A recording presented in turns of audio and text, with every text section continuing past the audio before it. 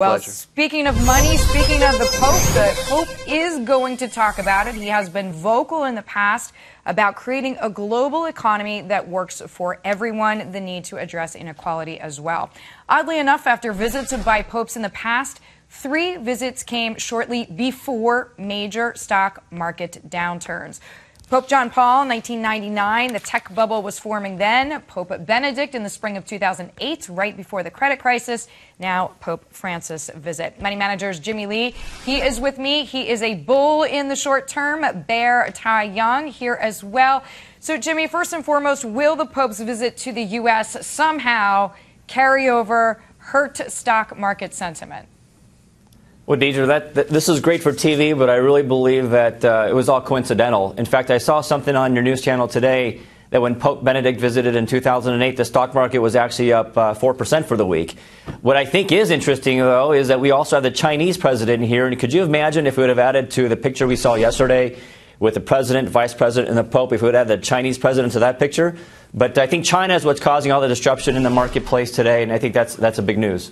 Okay, so on that front, Ty, I want to bring you in because you are a stock market bear, and I'm assuming you're concerned about global growth, slowing global growth, of which China is part of the picture. Is that right?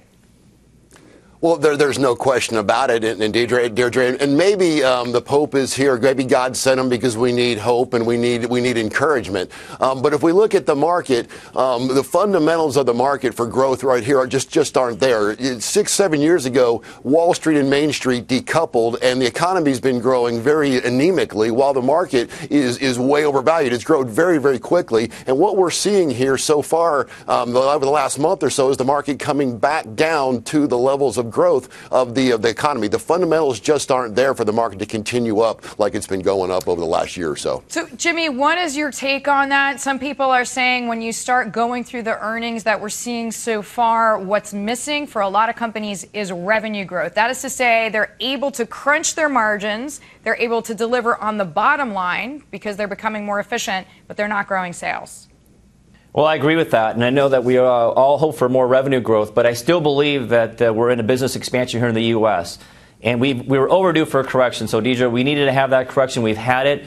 I don't believe that this experience that we're going through right now is going to turn into a nasty bear market. I leave open the possibility that we could have another leg down, but I think for shorter-term investors, it's actually more of a buying opportunity. Now, if we end up setting some new highs that some analysts believe that we could set before the end of the year even, then at 2,200 or so on S&P, I'd be much more concerned about a shock at that point, causing a much more deeper correction and maybe even a bear market that could turn nastier. Jimmy Lee, thank you very much. We like clarity. Tai Young as well. Glad to have you both with us for the bull and bear conversation.